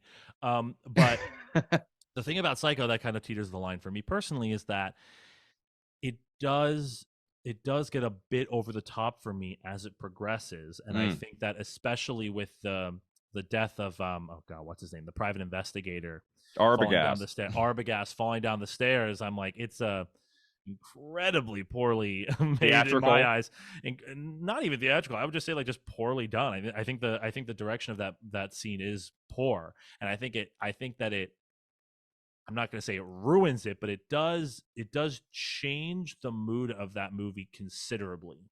And I think that until the second half of the film, it's a film that's very, you know, uh grounded, dramatically grounded. It's a Mm-hmm. very like quiet film in a lot of ways. Like obviously there is a bit of a paranoia, but until the iconic shower scene, it's a very relaxed film. It's a very quietly thrilling, as I would say, film. And then the shower scene happens and everything changes. Yeah. But even the shower scene is like incredible. Like the editing in that scene, it inflicts the terror truly. And then when Mm-hmm. you get to Arbogast, and then when you get to the reveal of Norman Bates in the mother's costume and the skeleton and all that stuff. Spoilers for Psycho. It does not quite hit for me in the same dramatically grounded way as in the first half. And again, there's so much to appreciate about the filmmaking. I love the filmmaking. I love the production design. I love the character. I love the journey we're taking. But there is a tonal issue in Psycho that I think is very much not present in a lot of other Hitchcock films. I feel like in Mm. a lot of Hitchcock films, yes, there's absurdity, but he knows how to channel that absurdity into darkness, which Mm. grounds everything. Like one of my all-time favorite Hitchcock films, Rope, Mm. begins, not really a spoiler for Rope, but it begins with two men choking another man with a rope. And Yeah. like, I think a lot of people who come to that film with a 2022 mindset would be like, what? Like they'd be like, this is ridiculous. What are we Yeah, watching? Like blah blah blah. And it's a very the main two characters, like there's a whole cultural aspect of that film. Are the two main characters gay? Are they not gay? Whatever. That's a whole cinema history thing. But they're gay. it's a very oh, Oh they're yeah. gay. Oh, they're gay. I totally love reading the film that way. I think it's a great read. But like that's a film that is very absurd. It's about two men. The concept of the film, like the psychological concept of the film is absurd. They want to like Mhm. push their luck. It's basically like the most ridiculous push your luck game of all time. And but Hitchcock knows how to channel that absurdity into something truly dark and disturbing, especially once Jimmy Stewart comes in and Mm. really pushes that film into a whole other place. And Psycho is one of those films that I feel like he doesn't quite have that grasp.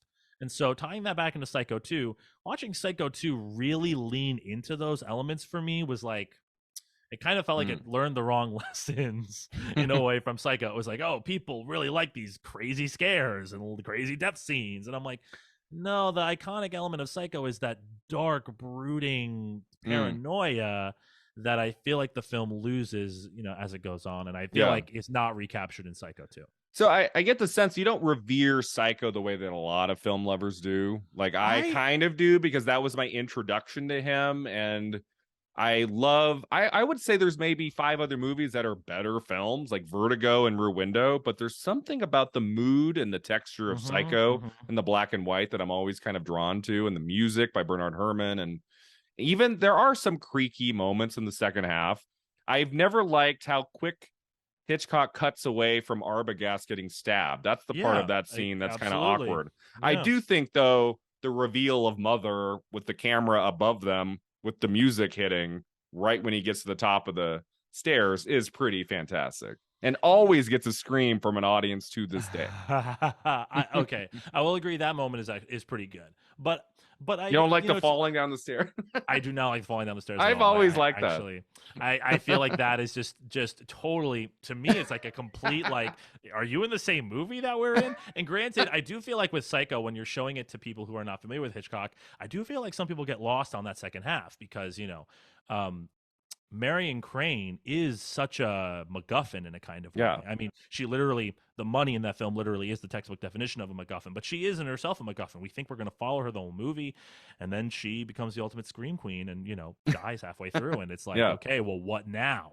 And the movie's answer is, we're going to get a private investigator who talks like this to come and find Norman Bates. And I'm like, very different movie. It's not that I don't think Psycho is not great. I do think Psycho is a great film, and I revere it for all the historical and contextual reasons that a film Mhm. lover would revere the film. It's incredible filmmaking. I mean, Hitchcock, a film does not get cemented in the public consciousness for nothing. There's always something there, and when you're looking at the way and oh my god, the conversation between Norman Bates and Marion Crane with all the dead animals Oh, everywhere, yeah. and the way in which the camera is working, like this is a Mhm. guy is just like he's thinking at every step. Like Yeah. I do revere Psycho in the contextual sense. However, I will say that it is not. I don't think I would even put it in my top 5 Hitchcock, to be honest. Okay. I think Hitchcock was an incredibly versatile director. And to be Mhm. honest, I'm not going to get too deep into it, but I do feel like my favorite Hitchcock films are not what many traditional Okay. people would consider Kind their of all-time favorite alternates. Hitchcock films. Mhm. Like, when I think of Hitchcock, I think of like Strangers on a Train, Rope, The 39 Steps. Those Mhm. are movies that to me are like, oh, like amazing films. Even his later stuff, like The Man Who Knew Too Much, like Mm. some incredible films there. And to me, like a lot of his stuff, like Rear Window, Vertigo, Psycho, I'm like, these are very good. I like these. I mean, Mhm. obviously the filmmaking is great, but I do feel like I do feel like there was like something more experimental and interesting with Hitchcock in his earlier and later Okay. periods. I mean, looking at Robe, I mean films like Birdman and Children of Men and all these movies. It's 1917. All these movies that try to have long takes. Oh, right. Hitchcock was Mhm. doing this like with Rope, which is an Mhm. insanely well directed film in Yeah. terms of the long take element of it. Like shockingly, to Mhm. like honestly looking back on it, and um, I just I just tend to find myself a little bit on the outskirts with my Hitchcock opinions, but obviously it's impossible not to love these films because they are Yeah. so many people have said so many things about them. They've connected with people so much, and there is plenty to unearth in that, you know. And Yeah. I respect everything that has to be said about Psycho, every little detail, even on the things I don't like. But I do believe that it's important to be critical of films that you do really enjoy Hmm. and recognize when you may not like something as much as other people do, or you're watching a classic movie and you're like, okay, I really, really love this movie. But like there's an incredible virtue in being able to understand when a film that you love is doing something you don't, and Hmm. when you can like pinpoint it. And so Psycho happens to be one example of a film that I do so greatly appreciate, and I'll watch it any day. Like someone comes up to me and is like, "You want to watch Psycho?" I'm like, "Yes!" Like I'm gonna watch it immediately. That end moment alone is enough for me to watch Psycho over and over. Um, but I will admit that it's not one of my personal favorite Hitchcock films. So are you saying I'm gonna have to come up with something I don't like about Sunset Boulevard? Absolutely not. That's gonna be tricky. Sunset Boulevard is one of my all-time favorite films. Okay. We can praise it all the Okay, live good. long day. But yeah, But but real quick about Psycho, I mean, I do think the first half is better than the second. I think all the material yeah, with Janet Leigh is like where that movie is on fire. What I she's love about the amazing. second half is the Anthony Perkins performance and the That's way true. Mhm. structurally it's so odd, and that we've been following one character for 40 minutes, and then all of a sudden Norman Bates kind of becomes the new Mhm. Mhm. protagonist, which makes it really confusing when we learn at the end that, oh, he's his mother, especially for like a 1960 audience. That must have just Yeah. been really weird and just off-putting, and like wait, what? So probably half of those people would have to go see the movie again just to figure Talk out about all of films that the require repeat viewings. I mean, yeah. there's the stories of Hitchcock refused, was super adamant about spoilers. It was like as soon as the movie started, the theaters had to lock their doors. Nobody could go in. Yeah. And that's a movie that really wanted to retain that. It was one of cinema's first major twists in a sense of like people you had to be there to experience it. Yeah. And I do respect, again, I respect the idea of the film a lot. I don't love the scene where you see Norman come in and go like, "Rah!" like with the knife and like It's better there than in the the remake. oh, don't even get me started about that Yeah. movie. We won't Oh go my down that goodness. road. Ugh. But yeah, I mean if I had to pick my favorites of his, I mean I think Catch 22 and Murder on the Mhm. Orient Express, I also have an affection for Psycho 2. I think the Mhm. one other movie I want to mention real quick is the film he got an Oscar nomination for in 1957 called Friendly Persuasion, starring Gary Oh. Cooper. It's kind of an ensemble family drama, and it's one of his very first performances. I watched it on TCM, I want to say 3 or 4 years ago, and it's really compelling. I was really gripped by it. And if you want to see like an early, really, really terrific Perkins performance, check out Friendly Persuasion. It's directed by William Wyler, Oh wow. multi-Academy Award-winning director Yeah, of yeah. like Ben-Hur and Funny Girl and The Best Years of Our Lives, and a guy who was just cranking out great films, I want to say, for 30 plus years. One of Yeah. them is Friendly Persuasion. If you want to see like an early Anthony Perkins performance, I think is really great. But he'll just always be known for the role of Norman Bates. And I just think he was like the right age, working with the right director. Mhm. And there are so many ways that Perkins could have played that role that would not have worked, because you never get the sense that he's capable of what he does, which I really enjoy. He's just got Yeah, this yeah. sweetness Mhm. and this oddball nature to him. Like he doesn't seem like he could actually do that, and that's what makes that movie work, I think, especially the second half. Yeah, I agree. I mean, sometimes you do a role and it's just that's it. Like, I think Mm-hmm. about Clint Eastwood, Dirty Harry, Yeah. like that's just it. Like that's it. Like obviously you also have the good, bad, and the ugly and a lot of other films, but it's like you feel lucky, like that is a role that will forever be Yeah. like in his whenever someone looks at Clint Eastwood, it's like that's what people are going to think of. And granted, I think Clint Eastwood, maybe has a few additional films like Yeah. Million Dollar Baby, Unforgiven. right? Million Mm-hmm. Dollar Baby. Was he in that film? What's the boxing? the Yeah, boxing film Million that he Dollar was in. Baby. He's in that. He Yeah, directed that that. film. Yeah, so that's a Mhm. film that I think some people recognize him for, but like Anthony Perkins, I think, and I think this happens a lot with classic cinema film stars. You know, as more and more classic cinema kind of gets forgotten as we move forward, especially in the 50s and 60s. Yeah. You have some people who are just known for particular characters, and you know Hmm. you sort of move past it. I think about someone like Donald O'Connor from Singing in the Rain. Mm. It's Cosmo Brown. Oh my goodness, no one Yeah. no one knows about any other movie. I barely know any of his other movies. All I know is Make Him Laugh. Like that's a guy Yeah. that guy sold that number. Fun fact, he literally had to be hospitalized after he finished it because he smoked so many cigarettes. Oh wow. But sometimes that just happens. But I do think that this is a good moment just to highlight that I think Anthony Perkins is an incredibly talented actor. Hmm. I've seen him in other roles and he does a great work, and he's great in this film too. Worthy of awards recognition in this film, I would say. Hmm. Shocking that only Tuesday Weld got it and Perkins wasn't even looked at in any way. I think this, again, stacked year, but if anybody in that film was to be recognized, I feel like it was Perkins. Yeah. But he also sort of maintained this, like, from people who I know who are more involved in the B movie scene and the underground movie scene. He did sort of have this reputation as a B movie king. Mm. After he did well with Psycho, he started a number of other films that were sort Yeah. of lesser known, underground, and people really revered him in it. And he was not an elitist actor. I feel like when if you do a role like Norman Bates, everyone's knocking on your door to do something, but he would do a lot of different projects regardless of Mm. whatever stature they may have Yeah. had. And I think that that is something to really be commended.